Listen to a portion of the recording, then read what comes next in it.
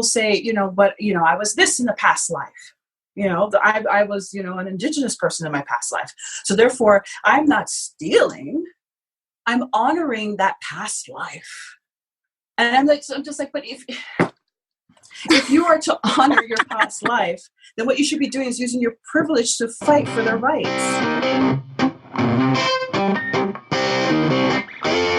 Hey everyone, I'm Thais Sky. Welcome to Reclaim, a podcast for women by women on conversations that matter.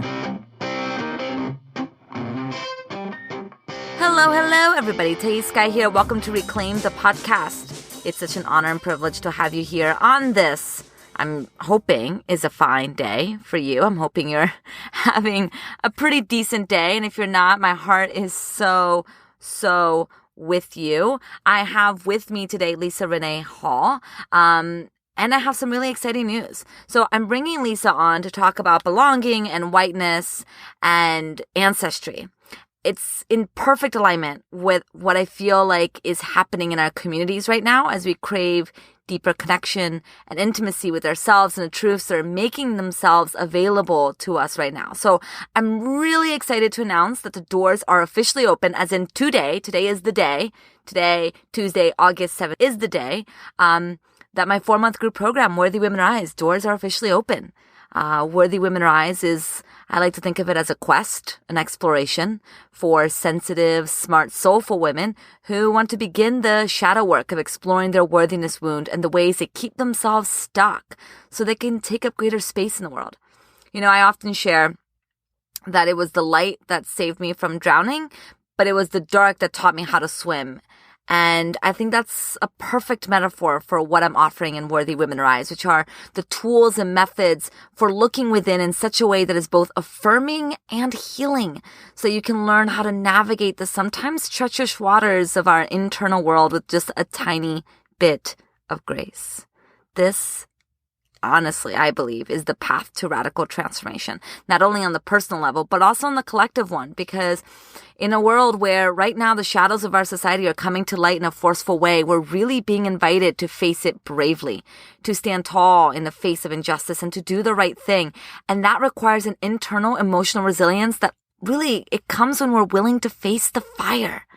So if you're interested in learning more about Worthy Women Rise to begin this healing journey and reclaiming your sovereignty and embodying your truths in an unshakable way, and really looking at the worthiness wound and the ways that you may have been staying small, I invite you to go learn more at worthywomenrise.com. So doors open today, doors close August 23rd, and we begin August 26th. So there is an application process. If you're interested, I highly recommend you checking it out sooner rather than later.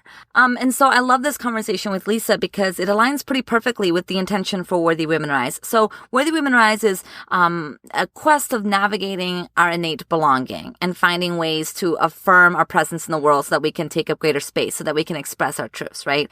And what Leesa does is she talks about belonging with a connection to our ancestry. Right now, we're really in this space of wanting to know our ancestry. At least I've been in this space of wanting to know where I belong and how I belong. And we can't really talk about belonging without talking about whiteness. We can't really talk about our ancestry without really recognizing what our ancestors participated in. And so it's important for us to be able to hold space for complexities of understanding that we're both the oppressor and the oppressed. That there are some ways, there are some, identities where we oppress, that we uphold systems of oppression, and in some ways that we are victims to it. And Leesa is a beautiful soul that talks a lot about this on her social platforms, about ancestry, about belonging, about what it looks like to find a way to navigate these complicated conversations with grace. I personally have just did the 23andMe thing. I just bought it. It's coming to my house any day now. I think it's supposed to arrive tonight, actually. And I think it's so great that we're looking at belonging, that we're looking at where our ancestors came from. I think particularly as white people, we don't, necessarily know. We don't have that connection with another land the way I think other people, particularly immigrants, how they feel about their native land. Yes, I have connection to Brazil. I'm a Brazilian, so I have connection to that land, but I was also an immigrant to Brazil, and I'm really curious to see where this 23andMe test takes me. But we've got to be careful with these tests, okay? We've got to be careful about how we're using them. Are we using them as a weapon to perpetuate systemic oppression? Are we using them as a blinder, as a justification for why we get to be assholes and deny other people human rights? Yeah. And so because this conversation has been so potent in my heart and in the community, I'm bringing Leesa on to share some of her thoughts around all of this. So let me introduce you to Leesa. Leesa Renee Hall is a writer, social historian, and creative word artist. Author of 7 books, Leesa was known as a technology pioneer before turning her attention to writing about the intersection of race, spirituality, and leadership. After writing 500,000 words over 365 consecutive days, Leesa discovered that expressive writing can help expand our sense of identity and connect to a higher guidance. She helps spiritual leaders use the art of self-inquiry to question their unconscious biases so they can create truly inclusive communities, companies, and corporations. Leesa is on the advisory board of Awarepreneurs, a global community of social enterprise business leaders and entrepreneurs with the focus of social justice, diversity, and inclusion. Leesa's tips have been featured in American Express Open, Globe and Mail Choice, the Ottawa Citizen, Toronto Star, Prophet, and Inc., to name a few, along with television, radio, and podcast appearances. So Leesa has a thriving Patreon community of over 500 Patreon members where she releases a lot of writing prompts and ways that we can begin to navigate some of these more complicated things. And so please, please, please go check out Leesa's work on Patreon. You can go just search Leesa Renee Hall on Patreon. You can go to the show notes and the link is right there.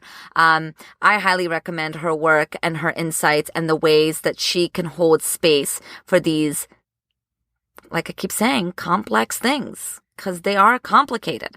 There is not one simple answer here. There's not just one way of addressing this stuff. There's not just one way of looking at anything. So I recommend Leesa 1,000,000 times over. Okay. So as you're listening to this conversation with Leesa, I want you to be thinking about your own relationship with belonging.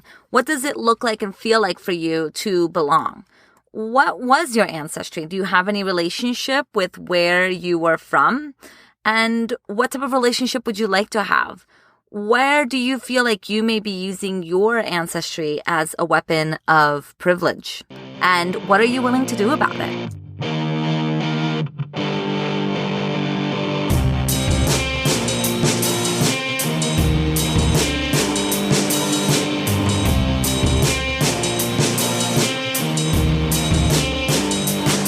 All right. Hello, Leesa. Welcome to Reclaim the Podcast. Thank you so much for being here. Thank you for having me, Thais. I'm excited. I am so excited. I'm a great admirer of your work. I think that what you're doing is so potent. It's so good. And so it's just, I feel like I'm like fangirling right now because I can't wait to explore some of these topics with you live in person. Yay! So for people who may not know about you and your work, tell them a little bit about yourself. So the short version is that I help spiritual leaders question their unconscious biases using the power of self-inquiry. And so virtually it's just, I went through a year of writing where I woke up at 4:30 a.m. to write. And as part of that journey, I started to question my own internal programming. And so the questions I developed during that year of writing is what I now offer to spiritual leaders to help them, because we think we're just so spiritual, we think we're so enlightened, and then we have a reaction, like there's just too many to count, where a spiritual leader has this reaction and this homophobia comes out, this sexism comes out, this racism comes out, whether it's in what they say or their marketing materials, and it's just like people are shocked. Oh my goodness, I thought you were better than this. So that's what unconscious bias is. It's what is lying within that is disconnected from what we say we believe. Mm-hmm. And I think we can build much more powerful communities when spiritual leaders have done their own inner work and are able to confront their own biases. Yeah, I, have been a long time admirer of Marianne Williamson, and I thought that she was such a brilliant spokesperson for bringing in these topics into the spiritual communities, and then she really dropped us. Yes, she did. She really dropped us. And I saw how much responsibility that we all carry, but particularly if we have bigger platforms or we consider ourselves spiritual leaders, the responsibility that we have to make sure that we're not dropping our communities. That's it. And I was at a networking event, which I don't go to often, but a friend of mine was hosting something. So I said I'd go and support her. And someone went up there and quoted Marianne Williamson. That whole quote about you're afraid of the light. You know, that you're more powerful than you are. And I sat there and I was just like, I had to do everything to keep a poker face. Yeah. Because I'm like, even though that this misstep happened, the wider world doesn't know about this. Yeah. And so you still have racialized people of color who are still quoting her, not knowing of this harm and this violence that has come out of her. Yeah. Yeah, and that's why I see your work being so important, because had she used that opportunity. So for those of you who are listening, basically, I don't even remember the exact circumstances, but she shared something and got called out as it being problematic. And instead of really inviting in deeper awareness, right, or leaning into her resources and saying, okay, what could be the truth here? She dug in. And I see that again and again and again.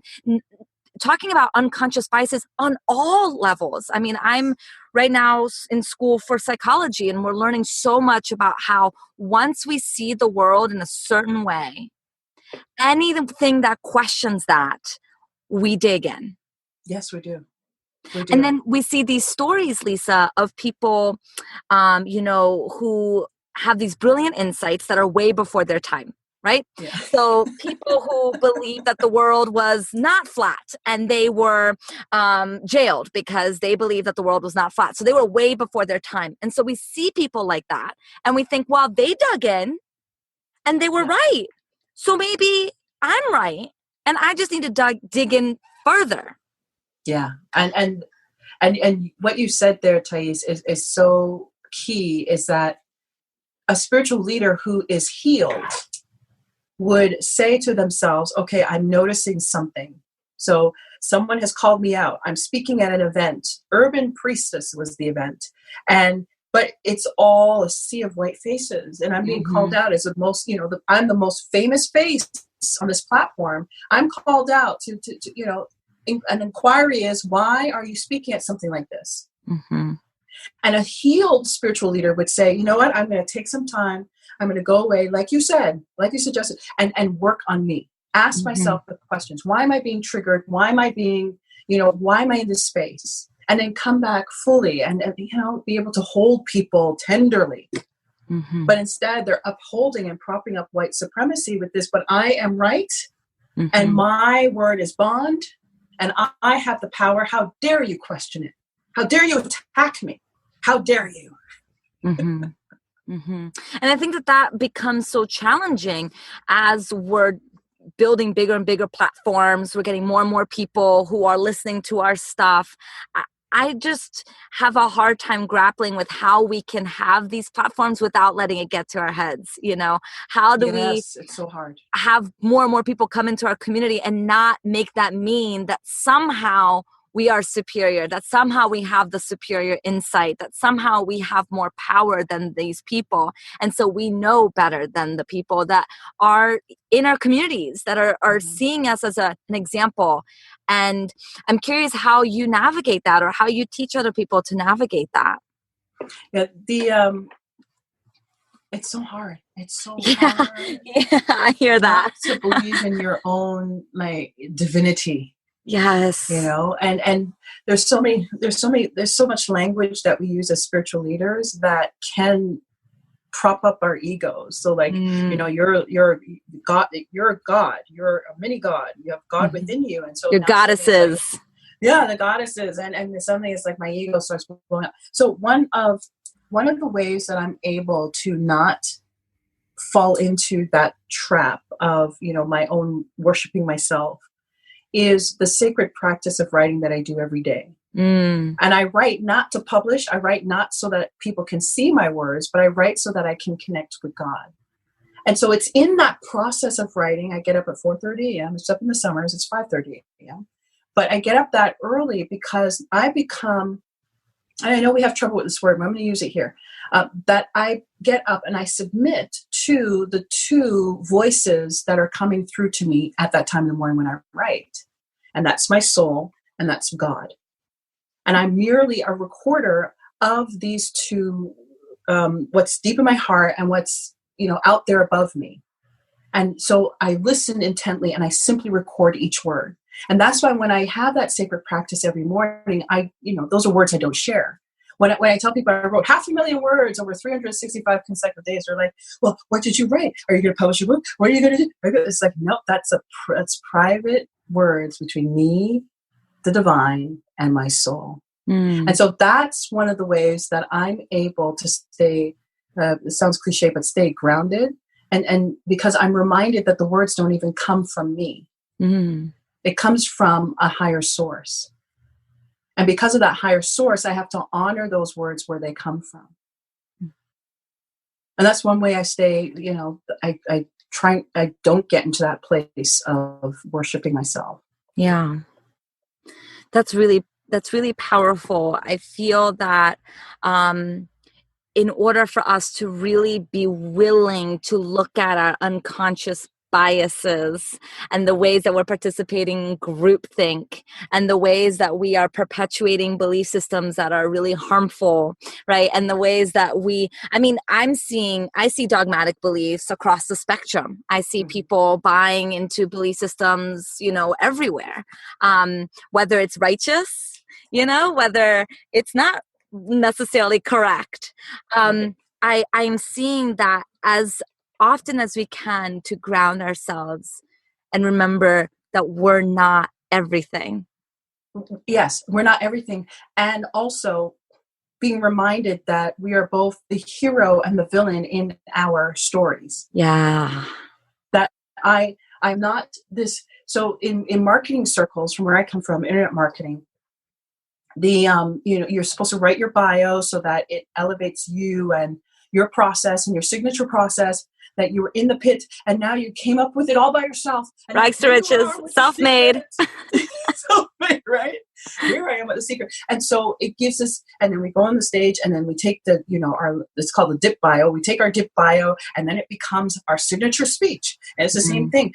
I was here, look at me now. But then it wasn't always like that. And now I'm in the pit, look at me. Oh my goodness, things are so horrible. But then I found the secret and now I'm going to teach it to you. We are not heroes. And if you're struggling, and I'm speaking directly to the listener, if you're struggling with your marketing right now, either as a healer, as a yoga instructor, as a psychic, as a coach, whatever you are, chances are you're struggling not because you don't do good at marketing, but because you have elevated yourself to this hero status that no one thinks is realistic. Become the hero and the villain in your own lived experience, and you'll see a marked change in who pays attention to your words. I found that to be true in my own journey. I'm pretty open that I shared that, I really fell into lifestyle marketing and I really fell into my own objectification for the, sake of making money. And I deeply, deeply believe that I wanted to be making millions and billions of dollars, and having the lifestyle and charging $1 billion. And I can so easily see how that grandiosity and believing that I had to be this thing was not only alienating people, but it was alienating myself because it wasn't the full truth. And the other thing it alienates ourselves from, and this is the third prong of what I do. So, I use writing prompts or self-inquiry to help shake the unconscious biases. I use expressive writing to just write unfiltered, uncensored until everything comes out. But the other area of work is ancestral healing. And so what we do is we elevate ourselves because we've forgotten where we come from. And we forget, and we have this historical amnesia because that's what whiteness does. Whiteness wants us to believe that white people were the first, that there was no one that came before me. There was no one on these lands when I arrived. And therefore, I am the first. I am the innovator. It's the celebration of the first, the innovator. Look at me. When in fact, No, if we dug deep, we'd see all the harm that you've created to be first. So it's a disrespect of the elders. It's a disrespect of wisdom. It's a celebration of youth culture. So we ignore those who have come before us. And now suddenly we believe in our own glory because we forget the past. Hands down. And then we steal other people's things. Yes. We steal it, yeah. And we steal it in the name of, people say, I was this in the past life. I was, an indigenous person in my past life. So therefore, I'm not stealing. I'm honoring that past life. And I'm just like, but if you are to honor your past life, then what you should be doing is using your privilege to fight for their rights, not appropriate their culture. Yes. So let me share. So this is break. I'm looking at my plant. Give me a break. So you wrote this a little earlier in the month, and it like landed in my soul. And so I want to read it out loud for everybody. It's about weaponized ancestry. And you wrote, transforming DNA results or genealogy into a device meant to harm, harass, and abuse to gain an advantage. There's this curious fable that has been passed down from the descendants of the colonizers to their heirs and offsprings. The story of the Indian princess, the Cherokee grandparent, or the Native American ancestor in their bloodline. So the descendant of the colonizers does the spit test, gets their DNA results, and the Native American in their profile is 1% or less. I mean, really, if it's anything less than like 20%, I would say it falls in here. Right. Although there are more ancestries with higher percentages, they're ignored. The descendants of the colonizers now use that meager amount to appropriate indigenous symbols, rituals, and traditions because it's in their blood, quote unquote. They will now speak their truth, quote unquote, about their indigenous ancestry. And if anyone questions it, they will stand up for their indigenousness with vigor, anger, and even violence. This is known as weaponized ancestry. The person isn't using their 1% to fight for indigenous causes, stand with their indigenous relatives, or even get to know their indigenous ancestors. Instead, the descendants of the colonizers have weaponized their ancestry to give themselves permission to appropriate and profit from indigenous traditions. Yeah. The next time a descendant of the colonizers lashes out about your doubts to their indigenouses, have them answer these 3 questions. Yes, of course. 1, what is the name of your indigenous ancestor and their relation to you? 2, which federally or provincially state recognized tribal band do you hold membership in? And 3, what are the ways you fully participated in the communities you are claiming? And, what I like about this, what I love about what you wrote is that I know that in Canada, the conversations about Indigenous sovereignty is very, very up right now. In America, we're talking more about Black people and what white people are allowed to do. Mm-hmm. And I'm seeing that happen now here where people say, well, I have 5% African American in me, and therefore, it's acceptable for me to, put locks in my hair or whatever, to basically get close to Black culture as a way to make them feel like they have something. And I'm not going to lie, Leesa, I can feel the tantalization of wanting to have connection to Black culture because it's so beautiful and it's just so community oriented, and everyone's got each other's backs in a way that white people don't have each other's backs, and we don't have that culture. And this is something that I work with my patrons in my exclusive community on Patreon, which I will put the link in the bio. In the show notes. Yep. Yes, thank you. And so one of the things I encourage them to do is to go back in their lineage to find out where their people come from. There's the Celts, there's the Jutes, my goodness, there's the Saxons, there's such a rich history that their ancestors have come from, and they shed that rich history for whiteness. And so if they were to, and you should see, oh my goodness, how beautiful it is. My patrons I did this 10-day challenge called Decolonize Your Ancestry. I did it inside the exclusive community, and it was one of the best, probably one of the best challenges I did inside the community. And to see the awareness and the beauty of, people discovering the customs and the rituals and the stories that their ancestors gave up for whiteness. Yeah. My goodness, it's so beautiful. Yeah. And so if you were to go as far back as you can, I mean, there are some limitations. Some of the records no longer exist. Some of those cultures no longer exist. However, there are scholarly journals. There's professors you can talk to. You can find the information.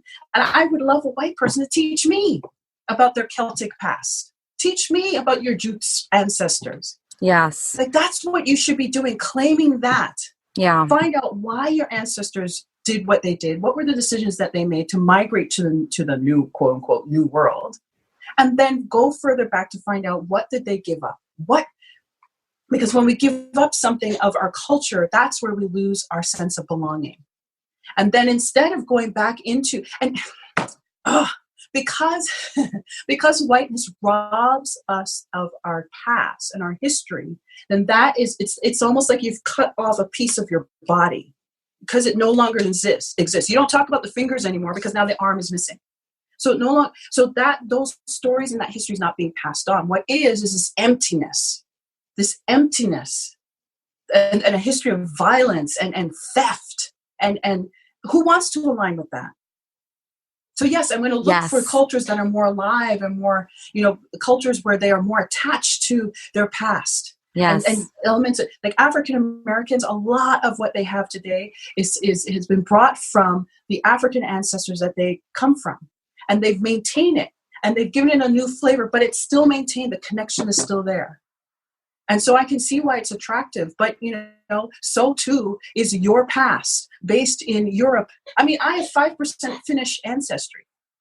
There ain't no way in heaven and earth above I can claim that. I can walk around and say I'm Finnish. There's no way. No way.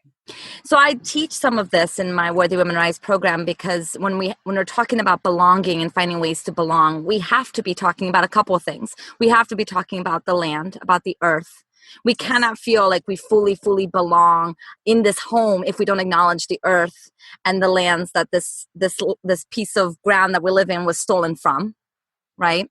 We especially if we're, living on someone else's land, that has to come first. We also have, when we're talking about belonging, to look at the ways that we've been taught not to trust our bodies, not to trust our own sovereignty, its wisdom, its intuition, its emotions. And then a very important part is our ancestry. And for all of the reasons that you spelled out so powerfully and beautifully, how can we truly feel like we belong if all we've been doing is taking from other people's cultures? How? And there's something just came to mind and it left about taking, Star Trek. So I love Star Trek, and anytime I can bring Star Trek as an example into anything I say, I will. And this is one of those moments.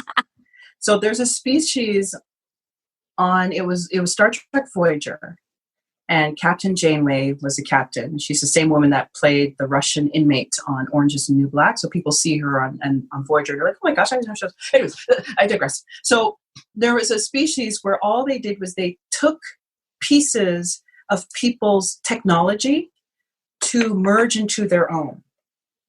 And so they did not innovate anything. They didn't invent anything. They just stole from everyone. And trying to put all those stolen pieces together was very difficult.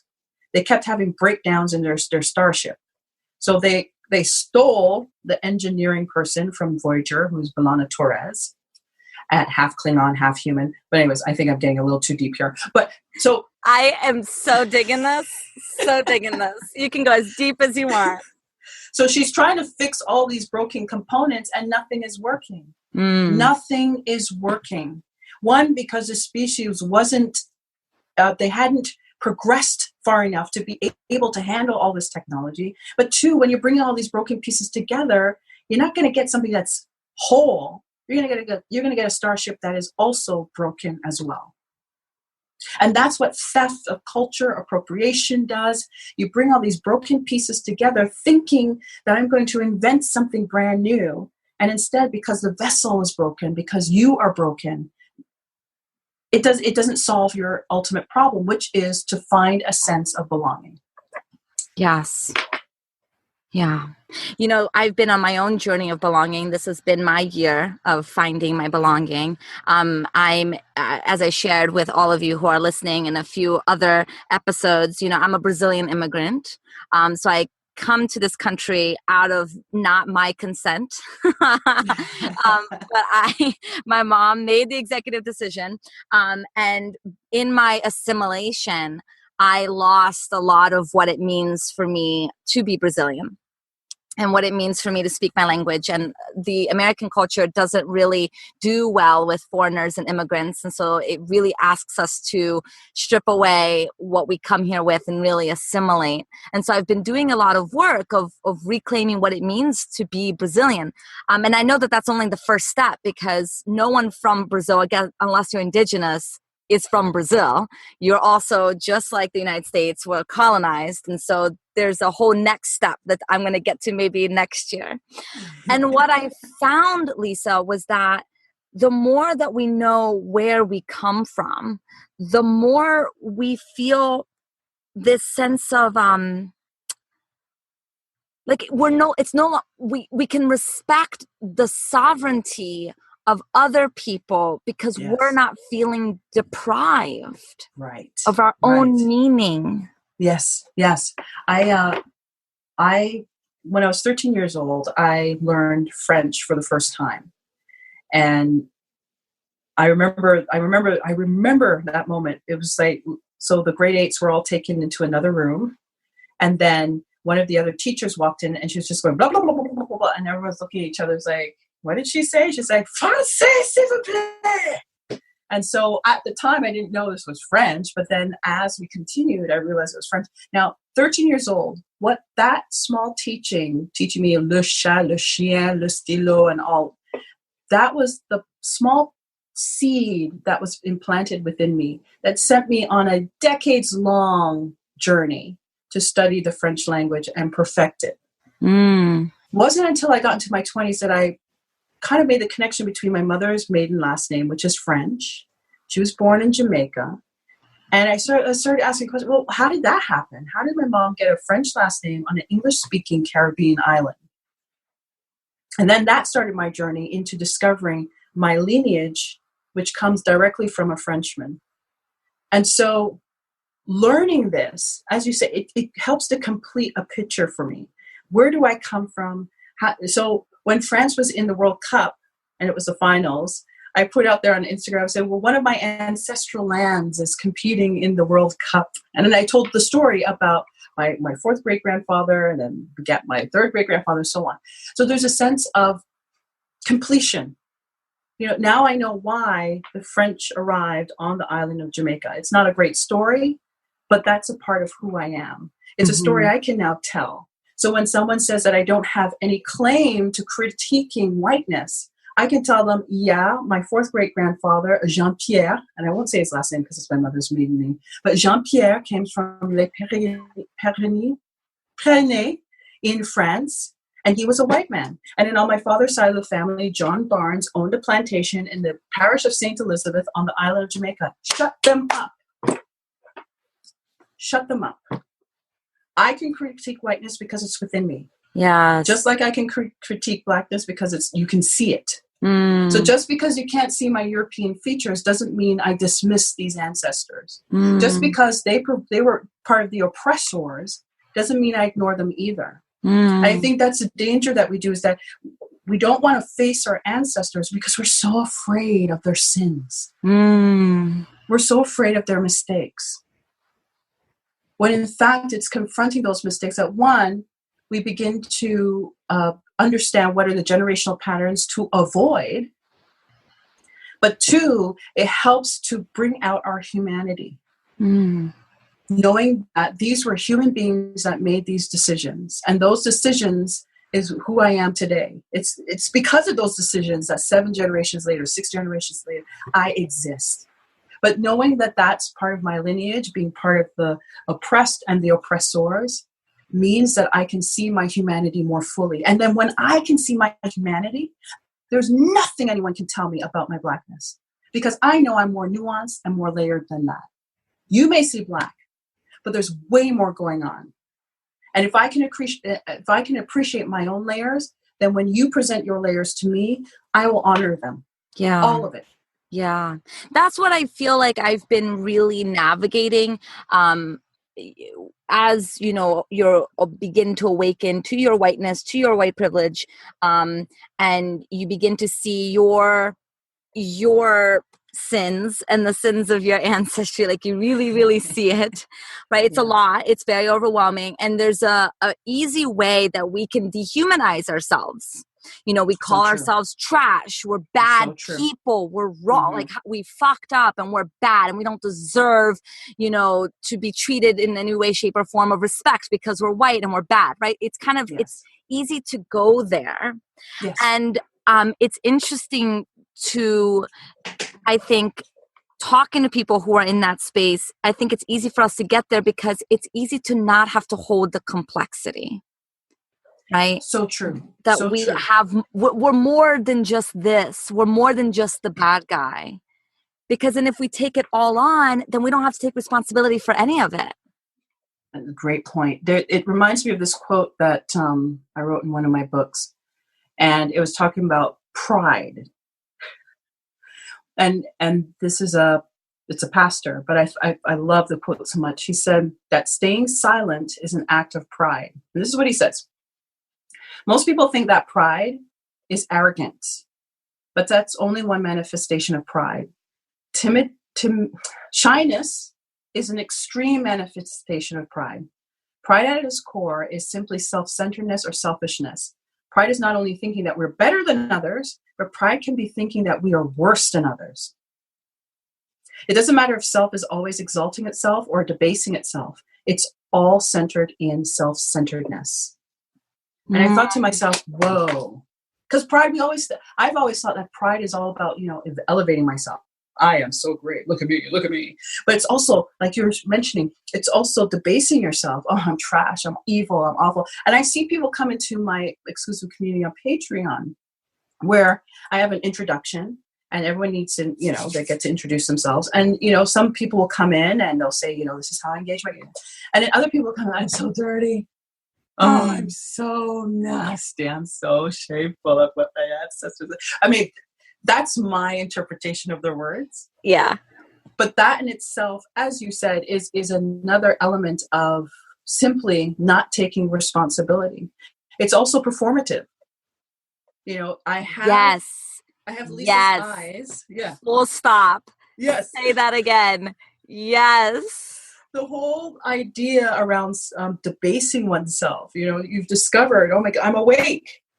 Whether it's Marianne Williamson or Daniel Laporte or some other, you know, oh my goodness, I've seen what they've done and look, I don't want, it's all performative. Mm-hmm. When we step out and say, I'm so nasty, I'm so dirty, look at me, I'm a white person, look at all the sins of my forefathers. So we do that. And it's performative because instead of, what launches someone into saying that I need to clean up myself, I need to be aware of my unconscious biases, I need to shed whiteness, isn't because they've seen yet another video of a Black man being gunned down by police, an unarmed Black person being gunned down. They don't say I need to work on my internal crap because yet another Black woman has been harassed in the street. They do it because they see another spiritual leader's business collapsing under the weight of their own ignorance. Because it affects them. And so what they say is that I need to return to a state of goodness. Mm-hmm. And the best way for me to return to a state of goodness is to perform. To tell people, I am dirty, but here's what I'm going to do about it. And then here are all the people I'm going to study with. And there's no accountability. Instead, there's an applause from their friends. You are so good. You're such a brave leader. You're so courageous. Yeah. And then it all fizzles and dies. Because now the person has returned themselves to a place of goodness, which is exactly what whiteness says. Whiteness says that having white skin means you're good, you're flawless, you're perfect. Mm-hmm. And so if I'm a spiritual leader with a business and I see another spiritual leader with their business and they're collapsing, I'm going to do everything I can to perform so I can return to the position of goodness.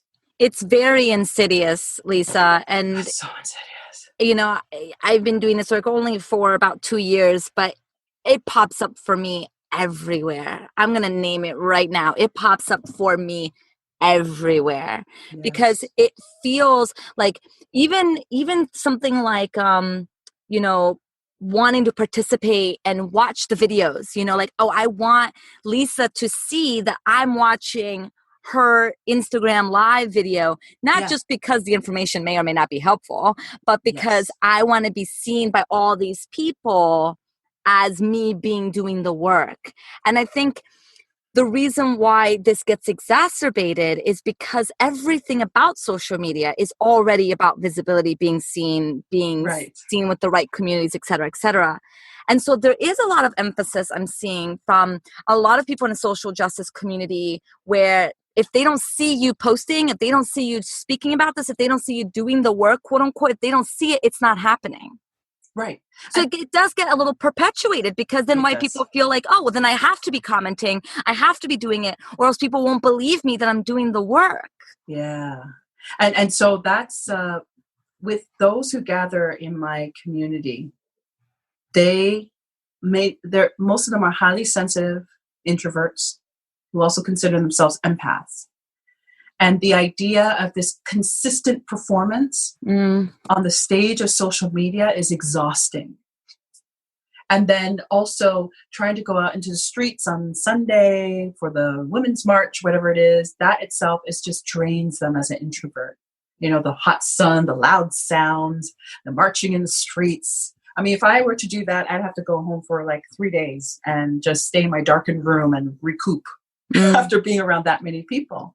So, oh, good, it's right beside me. So the idea of being able to process internally is what I am a proponent of.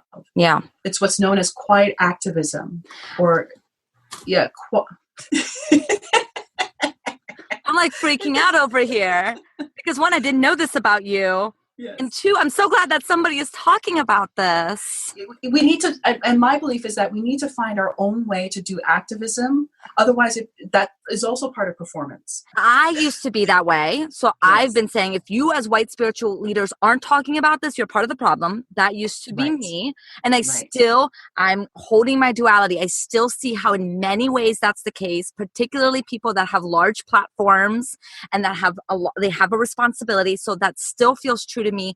And I'm also noticing how that in many ways can perpetuate performative behavior. Absolutely. As opposed to real work, which cannot be seen, and it makes greater impact. Yes, it does. It does. And so that's why I say you got to find the way of activism that will work for your personality, because you will do it over the long haul. Yes. So when the anger subsides, are you now suddenly not going to do the courses? You're not going to be engaged in people's Patreon. You're not going to be watching the videos, because that's what happens, right? When people come, when I see a flood of people liking me and following me on Instagram, I'm like, okay, who messed up? Who fucked up now? Who is it? And I go searching and I find out, oh, okay, that spiritual leader messed up, right?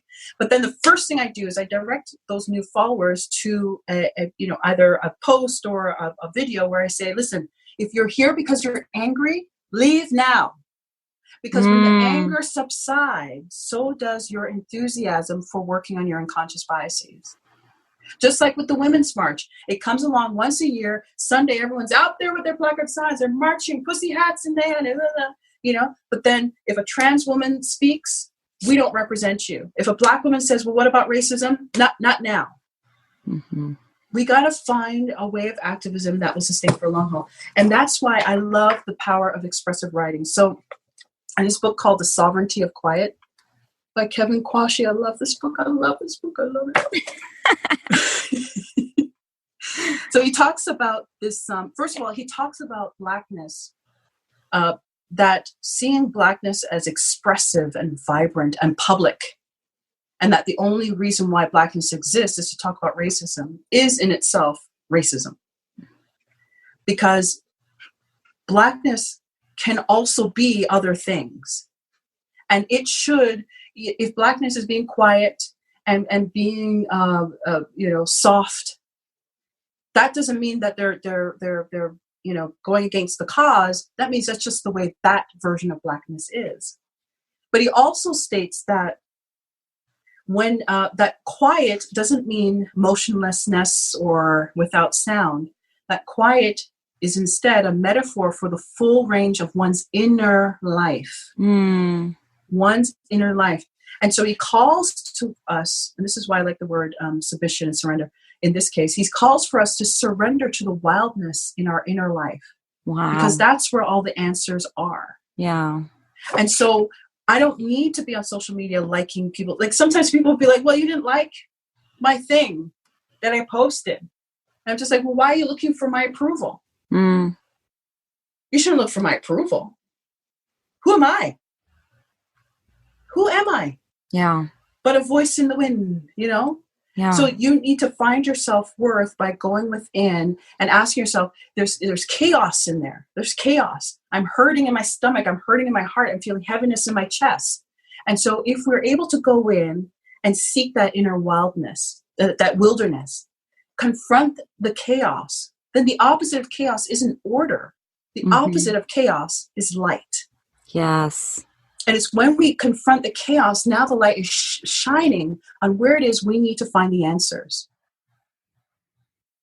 So we need to, I'm such a proponent that it's better for you to find that way of activism, to work on your inner stuff, so that you strengthen your confidence. So when you're finally ready to go out there and use your writings to advocate, when you're finally able to stand on the stage and activate people around a certain cause, you're doing so because you fully understand who you are.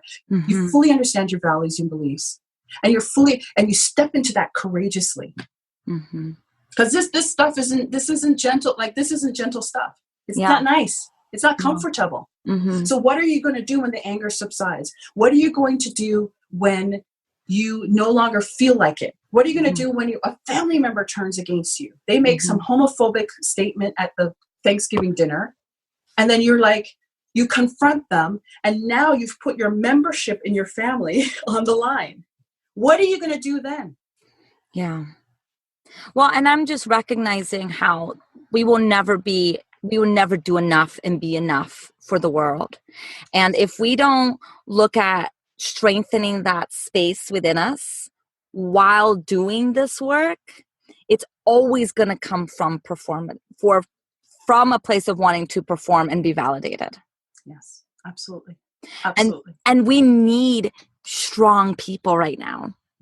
We do. We need strong ass people who have done this work and are fortified and are resilient and are in alignment, because this work is hard. This work is big, and this work is necessary. We can't have weak ass people who are doing this out of a flawed ego sense of fragility. Like, we can't handle that right now because the fire is burning. Shit's coming down. Yes, it is. We need strength. And so I love that what I feel like you're cultivating, Leesa, is just a space for people's humanity and their expression of whatever activism looks like for them.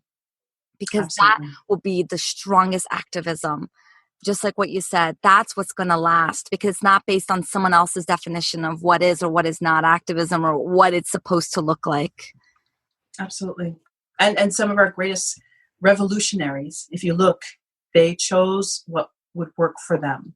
So Martin Luther King Jr. chose a nonviolent approach. Malcolm X, it was the opposite. And both are venerated as strong revolutionaries. Just like, I'm going to mess up his name, Che. Everyone knows who Che is. Yes. Okay. From the Cuba. Oh, yes. Okay. Yeah, his first name I know, but so he's another one. And then you have many writers. You have Andre Lorde, which so many people, and those are the different forms of ancestors. We have our blood ancestors, those who we share DNA with, and we have those who are spiritual ancestors. They're not related to us. However, they've had a big, huge impact on our lives. So if you're a writer, an activist writer, perhaps you have a handful of writers that you follow. And they, you feel, are your spiritual ancestors. And of course, we mentioned before the connection to the land and the animals, so land ancestors and so on. So those are different types of ancestors. But I mentioned that because as we continue forward, we need to have those mentors around us. The work is not comfortable. It's not supposed to be. But also, we need to ensure that we're doing the work that's going to align with who we are and our personality. Let's not perform anymore. Yeah. Stop it. Stop it. Yeah. I feel like that's a big permission slip that a lot of people need to hear. Yeah, I would rather people come, and I've had people join my community, and a month later they're gone, and I usually don't know the reason why, but sometimes it's because I'll look and I'll say, okay, when did they enter my community? And it might have been during one of those firestorms where the spiritual leader is messing up, and they go searching for the voices, and then they join, and it's like they're activated through their anger, and then they disappear. They disappear. I don't want people like that in my community. There's other communities that will welcome that, but my community is specifically for highly sensitive, introverted empaths who just don't like the loudness, but have fire in their hearts. So how do you merge the two? And you do that through writing, through self-inquiry, and exploring your ancestry. Yeah. That's my thing, man. That's my thing. And I see that it works. Yeah. I'm really grateful that you're creating space for that for people. It's really beautiful. I think that everyone needs to follow you because what you share on your online platforms as well as your Patreon is just such good shit. Do you have any final thoughts, comments, or anything that we didn't really talk about that you just want to make sure that it lands within people before we wrap up? Yeah. If you follow me on these social platforms, just note that I'm not here to find friends. I may have a nice soft voice, but people interpret my words as differently. And I want to drive this home, that if you're out to dismantle whatever oppressor is in your path, you can't then run to that oppressor when someone else who you consider is more marginalized than you holds you responsible. For example, you can't be at the Women's March on Monday and then reporting my posts on Monday. Did I say Monday twice? Can't be at the Women's March on Sunday and then report my posts on Monday. Yeah. You can't say just down with the patriarchy on Sunday, but then run to the same patriarchy to protect you and coddle you because the angry Black woman, her words were attacking me. So if you are in this space and you are seeking to dismantle your oppressor, you need to open your eyes and dismantle the oppressor for all groups. That would be my final message. That's it. Done. Mic drop. Thank you so much for sharing your wisdom with us today. I really appreciate it. Thank you for having me.